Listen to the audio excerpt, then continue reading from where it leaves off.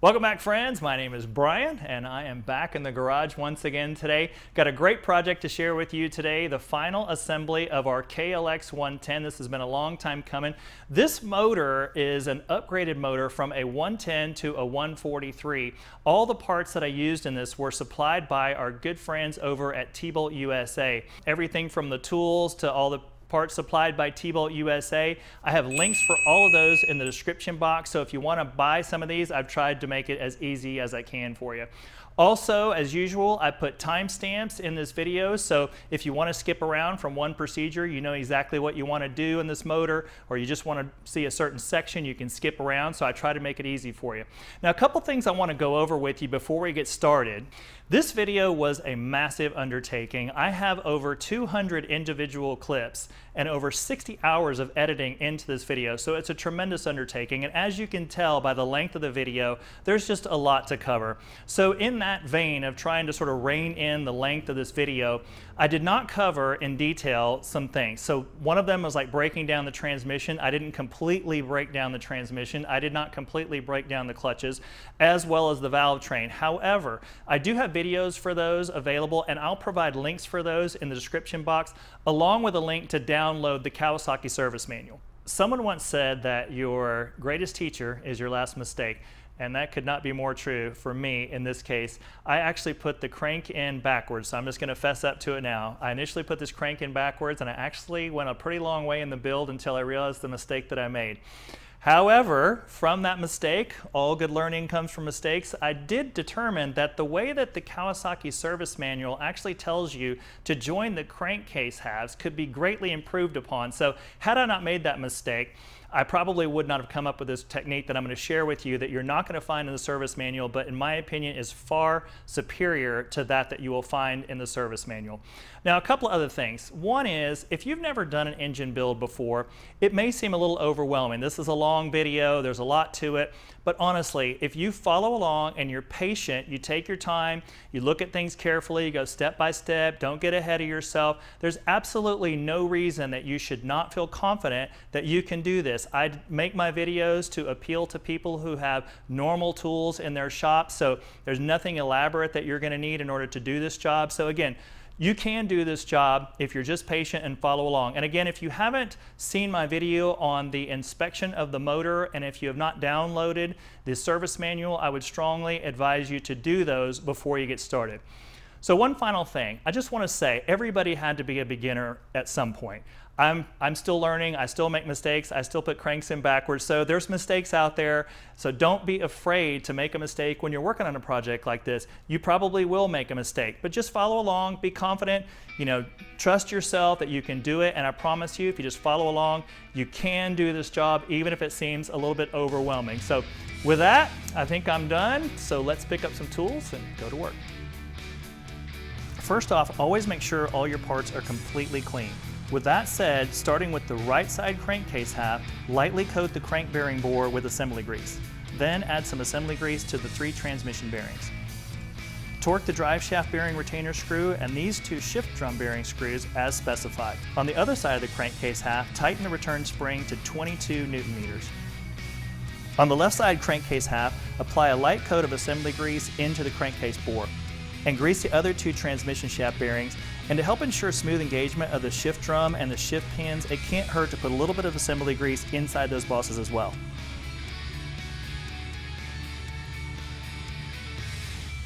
All right, so the cases are ready to go. When we come back, I've got some very curious and odd things to share with you about the Kawasaki service manual. So we'll go over that in just a second. Be right back. So the first important step in the assembly process is installing the crank. Now, the service manual says something absolutely unbelievable about joining the crank, and it says, insert the crank into the crankcase half using a press. Now, I don't have a press in my shop, and I'm assuming most of you don't have a press as well. And then it actually goes on further to say, fit the crankcase halves together, hitting with a plastic hammer on the left side crankcase. And I just found that like completely amazing. I would never use a hammer to hammer crankcase halves together, and I don't know why the service manual recommends that, but it's a quote. So we are not going to use a hammer, and we are not going to use a press. We are going to use a crankcase puller. Now, if you watched my disassembly video, you already have this tool. And the way we're going to employ this is actually to install this in the left side crankcase, not the right side, as the service manual recommends. Now, I want to go over with you real quickly how this puller works. The tool consists of a larger outer flanged housing, and inside is the threaded puller that is restrained from rotating by this key and keyway. At the end of the inner puller is this threaded cup and collet that captures the nut that threads onto the end of the crankshaft in order to configure the crank for pulling.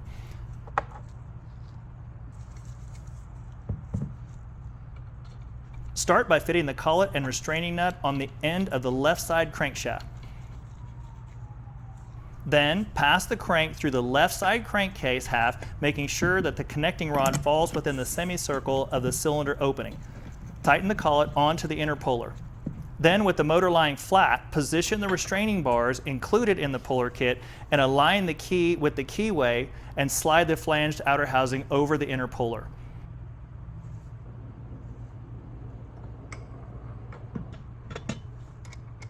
Thread the puller nut onto the inner puller, then tighten the nut until the crankshaft bearing is fully seated against the crankcase flange.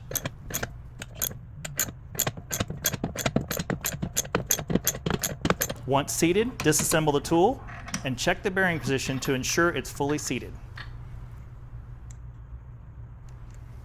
Now, if you happen to watch my KLX110 engine disassembly video, you may recall that a lot of parts are missing. This is one of those missing parts. It's a thrust washer on the end of the input shaft.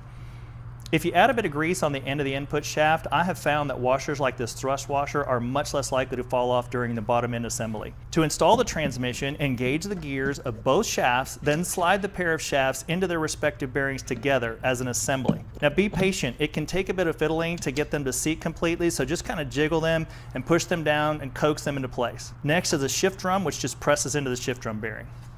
Next up are the shift forks. On a KLX, the shift forks are not the same. This is the larger one, and this is the smaller.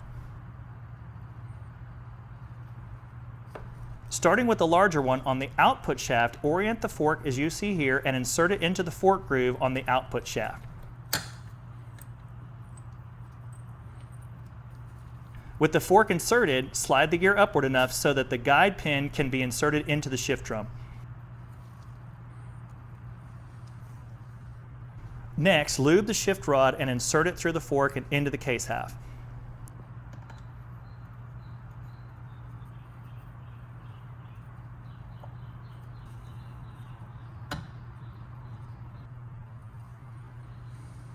The smaller fork inserts here. In order to get the small fork pin into the shift drum, you have to rotate the drum to the neutral position. When the drum is oriented to neutral, the eccentric hole in the drum face should be positioned as shown. With the fork inserted, raise the gear and insert the shift pin into the shift drum. With both pins inserted into the drum should rotate smoothly. Next, lube the shift rod and insert it through the fork and into the case half.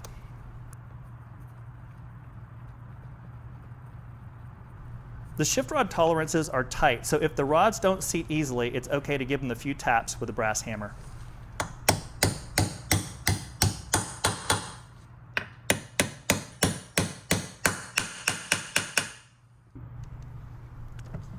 Next, clean the oil passages with compressed air.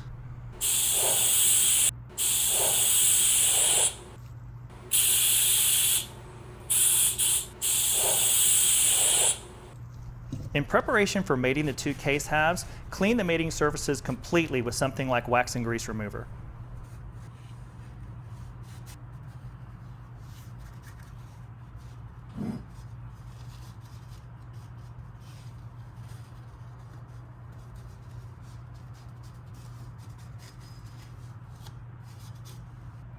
Before mating the two crankcase halves, on the left one, apply high temperature grease to the output shaft bearing seal, especially on the lips of the seal.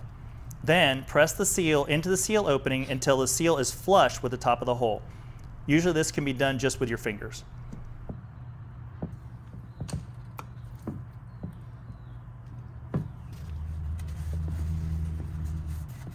The next step requires using anti-seize. This is one of 2 crankcase aligning knock pins. Dab a bit of anti-seize on the pin, then clean off the excess. Then insert the pin into the crankcase. Do the same with the second pin and install it as shown.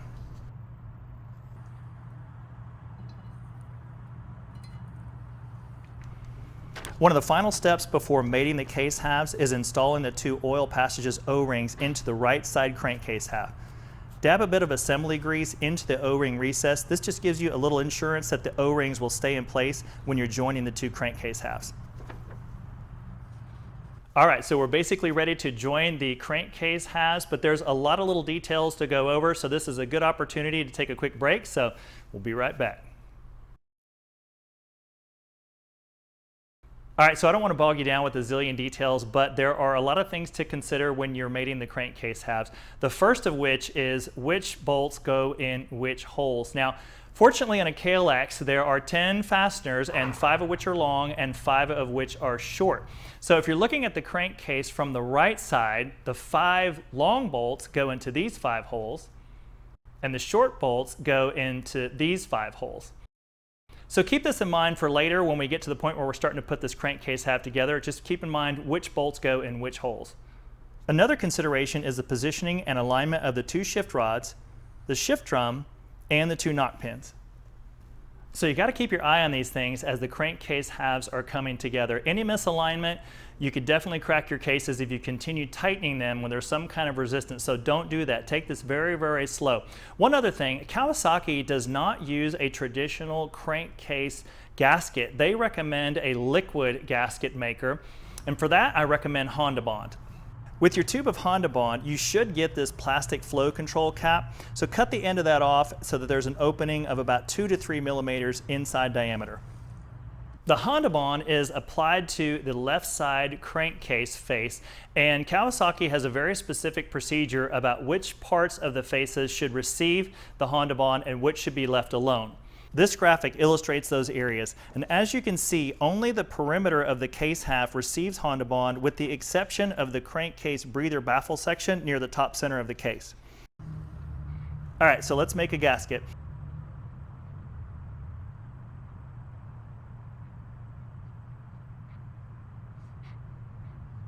And as you can see, of course, I immediately added gasket maker just above the breather baffle section, and that is not required. You do not need to apply a lot of gasket maker for it to seal properly once the 2 halves are mated. And if you feel more comfortable, adding a little bit more sealer at the bottom can't hurt, as it might be good insurance against crankcase oil leaks later.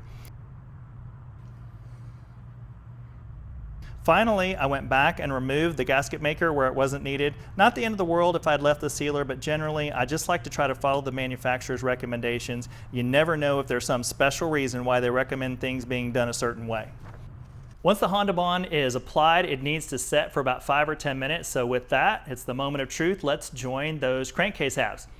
Start by orienting the crank rod to the top dead center. While keeping your fingers out of the Honda Bond, align the crank and output shaft openings and just lower the case. Check to make sure that the shift drums, shift rod forks, and knock pins all align and that the oil passages O-rings stay in place.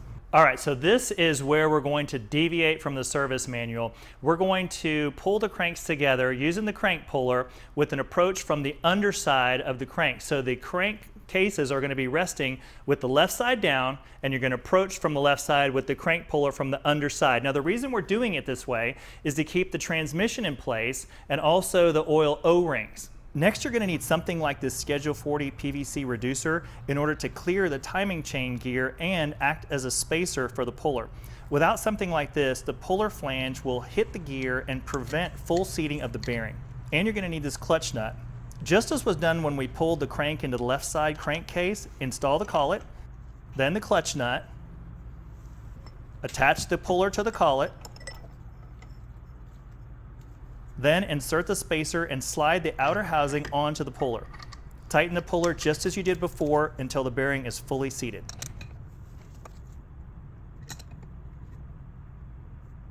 Once the bearing is seated, you can set the motor upright and disassemble the puller.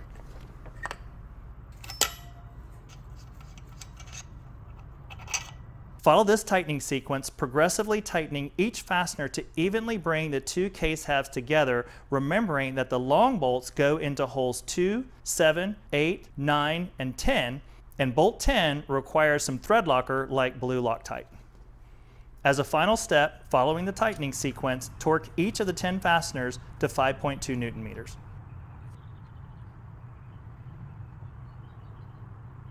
Lastly, check that the crank spins freely and without binding.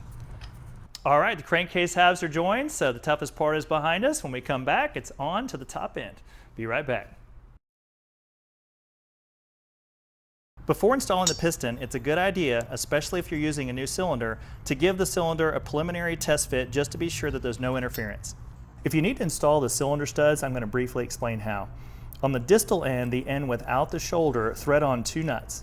Tighten the nuts against each other firmly, and while maintaining tension on both nuts using opposing box end wrenches, thread the stud into the case until fully seated. To release, hold the outer nut still while breaking the inner nut loose. Then remove the nuts. For this motor, T-Bolt USA supplied this 60mm piston kit, but the piston installation is exactly the same as an OEM piston. This kit includes the wrist pin circlets, piston ring set, wrist pin, and the piston. The piston connects to the rod via a wrist pin that fits through this bore. This wrist pin is held captive by fitting circlips into this little groove. There are 2 grooves, one on each end of the wrist pin. Circlips have a nasty habit of going flying across the room, so I like to install them over my magnetic bowl. Now this first clip is fitted prior to installing the wrist pin. Using a hemostat, clamp the inboard end of the circlip. And it's hard to show, but just work on engaging the clip into the groove. Once you get it into the groove somewhat, seat it using a wrist pin. Once seated, check the circlip carefully to be sure it's seated all the way around the perimeter. Also, it's important that this gap does not line up with this break in the circlip groove.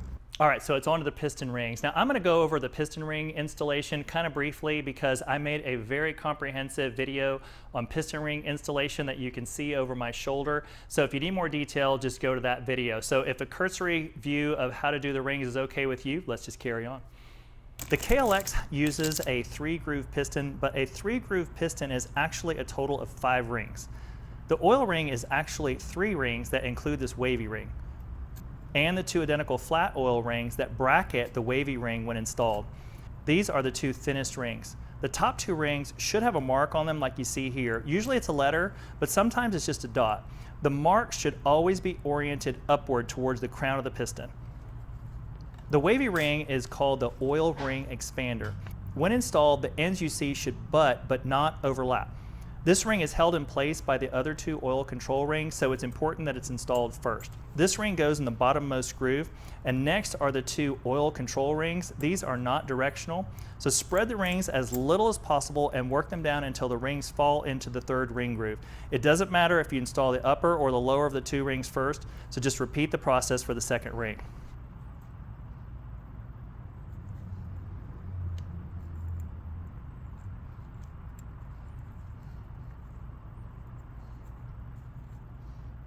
Once installed, the gap orientation is important. In this graphic, the exhaust piston cutout is oriented at the top at the 12 o'clock position, and the wavy ring should fall at the 6 o'clock position, represented by the black line originating at the center of the circle projecting downward. And each of these oil control rings should fall 120 degrees apart at the 10 and 2 position, as represented by the gray dashed lines. The scraper ring is the middle ring, and it's usually black or like a flat black. Install this ring with the mark facing upward and try to expand the ring as little as possible and avoid scratching the piston as you install it. The compression ring is often a little shiny and has a mark on it. Again, this mark faces upward. Install it basically the same as the middle scraper ring.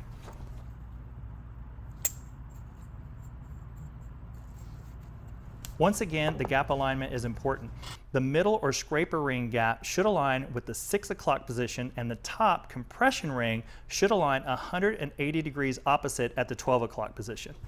Pistons are usually marked with an EX or an IN. In this case, the IN, which stands for intake, should be oriented like this, with the end mark closest to the intake side of the cylinder head. Apply assembly lube to the wrist pin. Align the wrist pin bore with the little end of the connecting rod. Press the wrist pin through it until it seats against the previously installed circlip.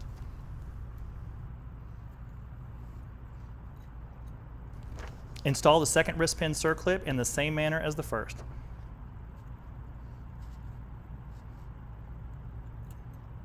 Lastly, seat the circlip into the groove using an old wrist pin or an appropriately sized socket. All right, so the piston's ready. When we get back, it's on to the cylinder where we actually get to install the piston. So we're getting closer. Be right back. Next, feed the timing chain through the opening in the case and install it onto the crank sprocket.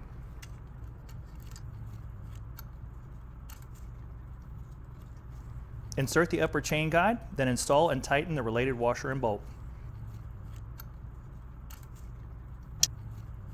Finally, torque the chain guide fastener to 5.2 Newton meters. To keep the chain out of the way for the next steps, temporarily install the lower camshaft chain guide. Next, install the camshaft chain holder.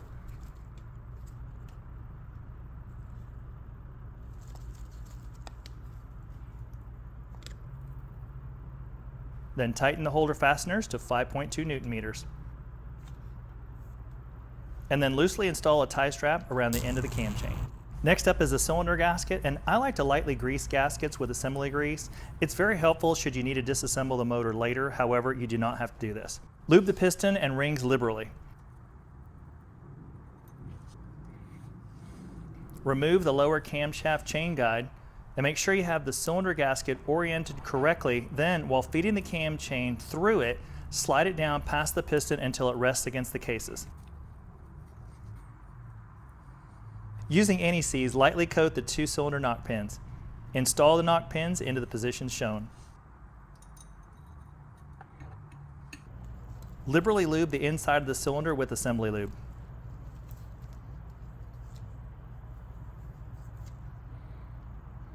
Pull the camshaft chain taut and slide the cylinder toward the piston.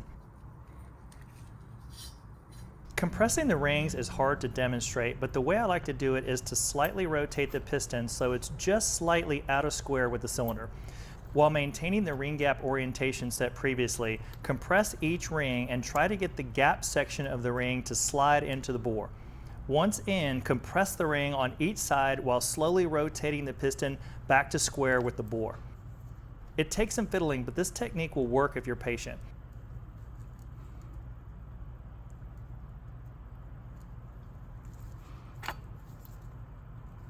Once the oil ring's clear, seat the cylinder against the crankcase.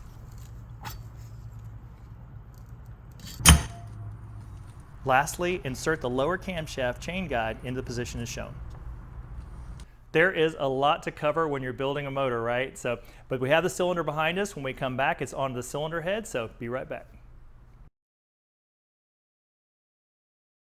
All right, so I want to pump the brakes here for just a second and talk a little bit about camshafts. Now, T-Bolt USA provided us with 2 different camshafts. The first is called an 0577, and that camshaft is a high RPM camshaft, sacrifices low RPM power, and it's generally suited to something like a supermoto. So in our case, I use the 0473 cam, and this one is basically suited to dirt bikes. So it's got a lot of low end power, sacrificing the maximum RPM top end power like you'd have on a supermoto.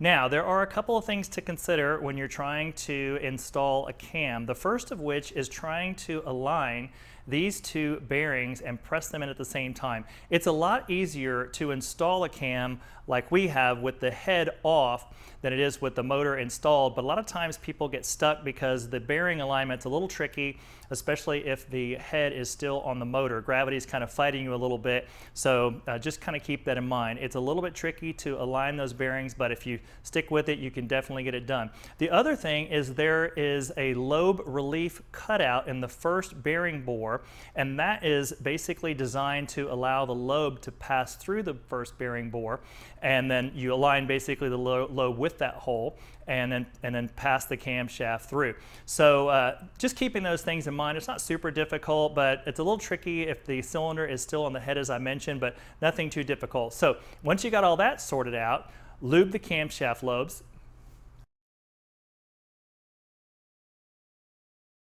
Align the cam lobes with the release, then with the bearings aligned with their respective bores, press the cam to seat it.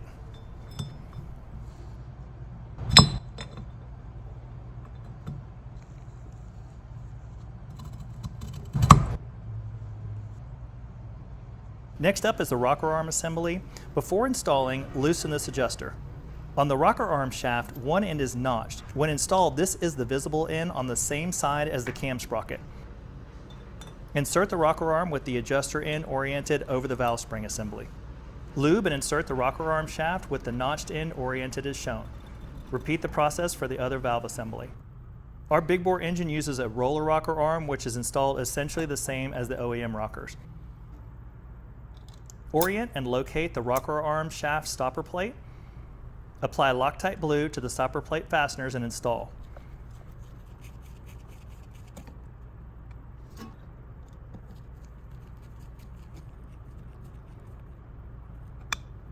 Torque both fasteners to 5.2 Newton meters.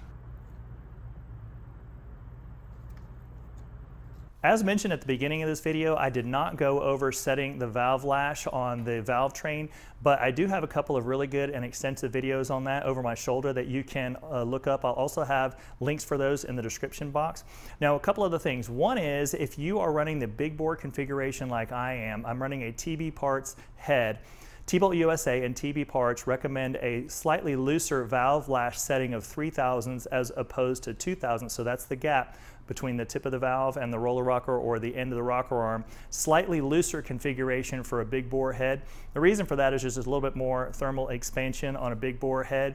So anyway, keep that in mind if you're setting your valve lash. Again, I've got videos for this, and the service manual goes over this in a lot of detail. So when we come back, we're going to install that cylinder head. So hang in there, be right back. All right, on to installing the cylinder head. Start by coating the 2 knock pins and install as shown. Orient and install the head gasket while guiding the cam chain through the gasket. This gasket is metal and should not be lubricated. Pull the camshaft chain taut and guide it through the cylinder head while locating the cylinder head onto the crankcase studs. Loosely install a couple of cylinder head fasteners, and we'll come back to torquing the head down a little bit later. Now onto the flywheel. I highlighted the alignment notch on the flywheel here in yellow paint. This notch aligns with the cotter key on the crankshaft. Fit the flywheel notch over the cotter key, then seat the flywheel. Next, thread on the flywheel nut to the end of the crankshaft until seated. While restraining the flywheel with something like this oil filter wrench, tighten the flywheel nut to 41.5 Newton meters. And if you want, you can complete this step later after confirming the camshaft timing. Next up is aligning the timing marks. On the flywheel are 2 marks. F is the firing mark and T is the top dead center mark. To set the static timing, rotate the flywheel until the T aligns with the crankcase indexing mark highlighted here with yellow paint. I made this yellow mark to indicate the cam position when both lobes are pointed downward. The downward position should be aligned in the plane of the cylinder. Next up is the cam sprocket. The mark on the sprocket should line up with this yellow timing mark on the cylinder head when installed. While maintaining the position of the alignment mark, pull the lower section of the camshaft chain taut. Using care not to let the chain slip from your grasp, insert the sprocket teeth into the chain. Center the sprocket over the center of the camshaft. Install the 2 camshaft sprocket fasteners, and then check your work to ensure that both the camshaft and the flywheel timing marks are still aligned. Once you confirm the marks align, torque the fasteners to 12.9 Newton meters.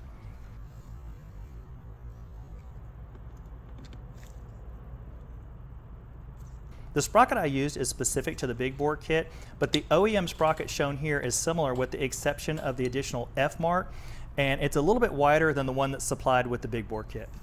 So the next step is installing the cam chain tensioner, and the manual makes a big fuss about this part for some reason. There's all kinds of warnings associated with it. They talk about making a special tool for it. They talk about if you loosen it part way, you can really damage the motor and all that stuff. So there's a lot of fear associated with this component for some reason, but it's actually extremely simple.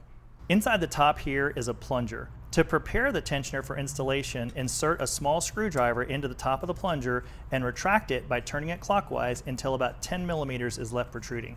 In order to keep the plunger retracted, you have to keep the screwdriver inserted while you're installing it. To install the tensioner, start by inserting the lower O-ring, retract the plunger, install it on the cylinder block with the screwdriver still in place, add blue Loctite to both fasteners and tighten them until snug. Now remove the screwdriver to release the plunger.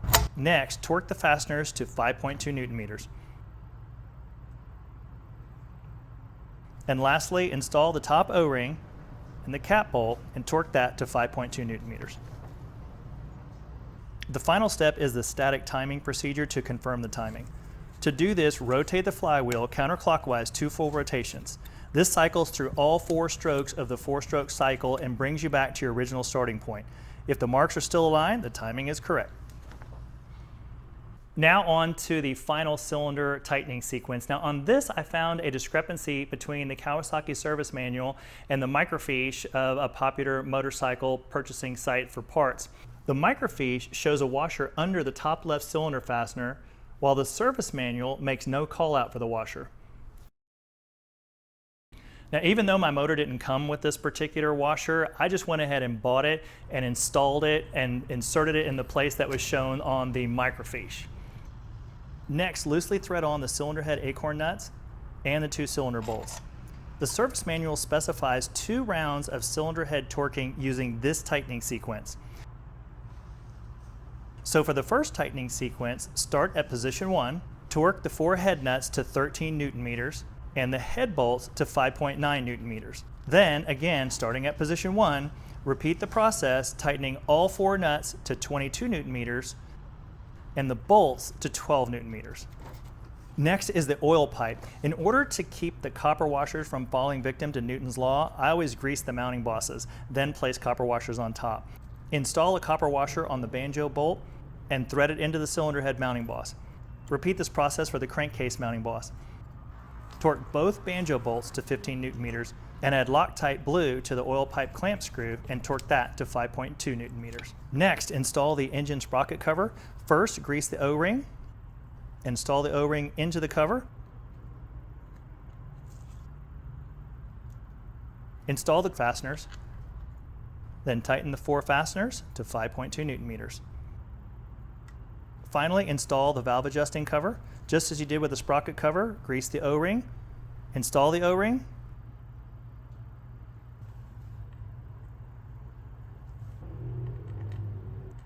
then tighten the fasteners to 5.2 Newton meters. All right, so I did not discuss, as I mentioned earlier, anything about valve adjustment for this video. That is an entirely different subject, and I've actually produced a pretty extensive video on that process that you can see here. Also, as I mentioned at the beginning, you can download the service manual where it's gone over in a lot of detail there. So no adjustments I'm going to show in this video. It's already just too much time as it is, and it's going to take another 5 minutes basically to go over that. So a lot has been said already, so why don't we just take a quick break, come back in a couple seconds, we'll be right back. Next up are the components in the shift mechanism, and these are on the right side crankcase have, and the service manual actually recommends installing these parts immediately after the cases are joined, but I actually did do it at that time, but to me it just doesn't make as much sense, so I took those clips and kind of moved them to this portion of the video. As a precaution, cover the open crankcase just so you don't drop any parts in there. Installing the shift cam entails fitting a pin in order to align this hole on the cam with this hole on the shift drum. Install the pin, which will only fit inside one of the 2 holes, by the way. Then align the cam with the pin and install. Install the cam holder, and finally the shift drum Allen bolt, which you torque to 5.2 Newton meters. Now onto the oil pump. Locate and install the 2 O-rings as shown. Then install the knock pin, and by the way, this knock pin does not need any C's. Rotate the plastic oil pump drive gear to reveal the 3 mounting holes. Locate and install the pump by aligning the pump gear with the crankshaft gear and then pressing down until seated. There are 2 different lengths of fastener for the oil pump. The longer one, the 30 millimeter, is this fastener. It passes through the hole with the knock pin. Install it and then the other 2 fasteners. Finally, torque all 3 fasteners to 5.2 Newton meters.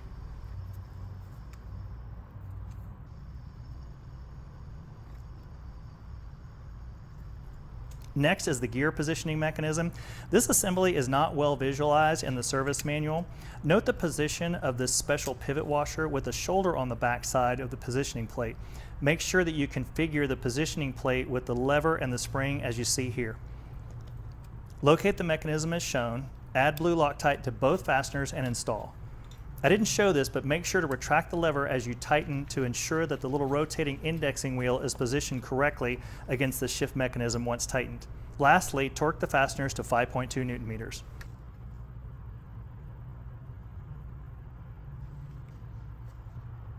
Next is the kick shaft. This tab and these gear teeth butt up against the end of this bracket and mesh with these teeth. If you watched my disassembly video, you may recall that the kick shaft thrust washer was missing, so I bought a new one. Apply molybdenum disulfide grease to the end of the kick shaft that inserts into the left side crankcase. Install the thrust washer, then align the shaft as previously demonstrated and install. Finally, using a hook tool, preload the return spring and insert the end into the crankcase as shown. Next is the shift linkage. For this, we briefly move to the left side crankcase to install the shift shaft seal. Grease the seal, then press the seal in until the seal surface is flush with the end of the hole. Apply high temperature grease to the lips of the seal. Next, prepare the shift shaft by applying molybdenum disulfide grease. When installing the shaft, the aim is to have these two spring pins straddle this return spring pin. Insert the shaft as shown, retract the spring-loaded arm, then with the shaft fully seated, release the arm. All right, so I wanted to stop just for a second and explain something about the next step, which is the clutches. Now the clutches can be configured in different ways. I made a very extensive video on the different clutch configurations that you can find with this link over my shoulder. Now the procedure that you're going to see here is actually for a KLX with a semi-automatic clutch, which is the standard, but some of the KLXs, some different models came with manuals, and in fact mine is converted to a manual, so I'm actually going to have a manual cover that you're going to see later on in the video that's not going to look like the semi-manual cover. But anyway, I just wanted to mention kind of some of those configurations, and if you're curious about those, take a look at those videos. As I mentioned, the card is over my shoulder. Start by installing the secondary clutch spacer. Next, grease the secondary clutch sleeve and insert it into the clutch housing. Clutches are installed as a pair, so in order to install them, the gear teeth must mesh as shown. Align the clutches over their respective shafts and slide them into place. Under my right thumb is a sleeve called a race. Try to ensure that this doesn't get pressed out during the installation because it's not easy to get it back in. There's a lot of aligning going on here with the various splines and the crankshaft, the output shaft, both clutches, etc. So there's a lot of likelihood that you're going to have to do some fiddling to get all this stuff to fully seat. Install the primary clutch pack by aligning it over the crankshaft splines. Install the primary clutch center nut and install the same for the secondary clutch. In using something like this oil filter wrench, restrain the primary clutch from rotating, then torque the center nut to 72 Newton meters.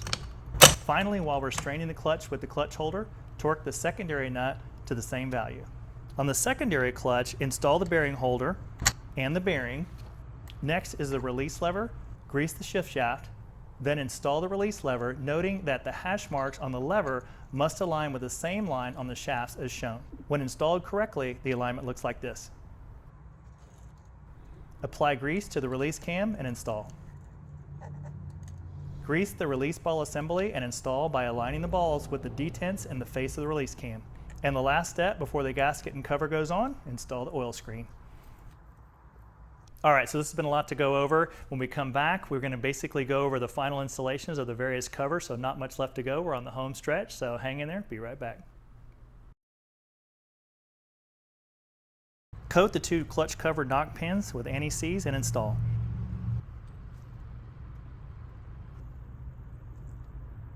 Lightly coat the clutch cover gasket with assembly lube. Align the gasket over the knock pins and install. Blow out the clutch cover oil passages with compressed air.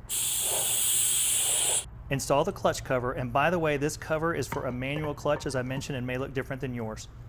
Install the clutch cover fasteners.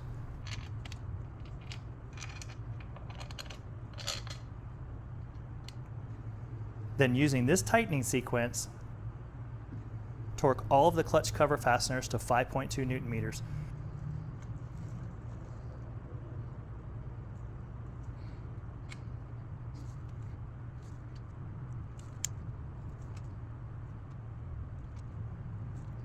And now you're done with this side of the motor.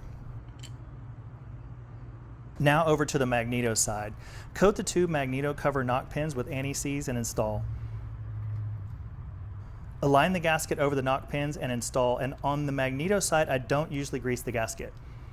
Apply high temp silicone sealant around the circumference of the wiring grommet. Then install the magneto cover and the magneto cover fasteners. Finally, using this tightening sequence, torque the magneto cover fasteners to a value of 5.2 Newton meters.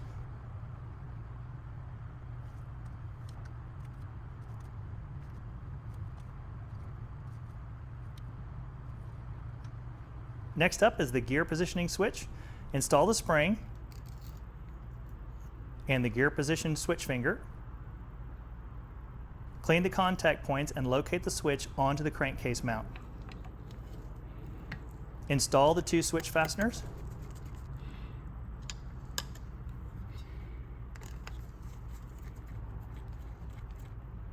Then torque the two fasteners to a value of 2.9 Newton meters.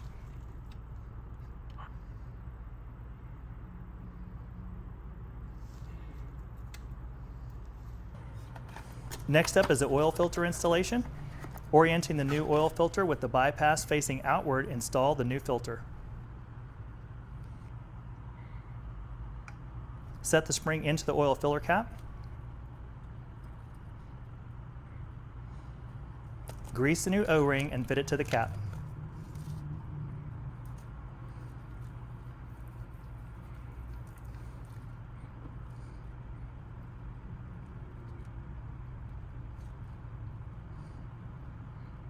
Install the oil filter cap. Install the fasteners.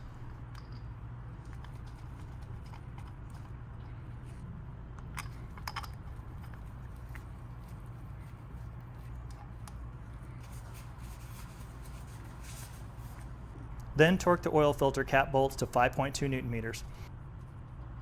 And congratulations, you just built the Kawasaki KLX110.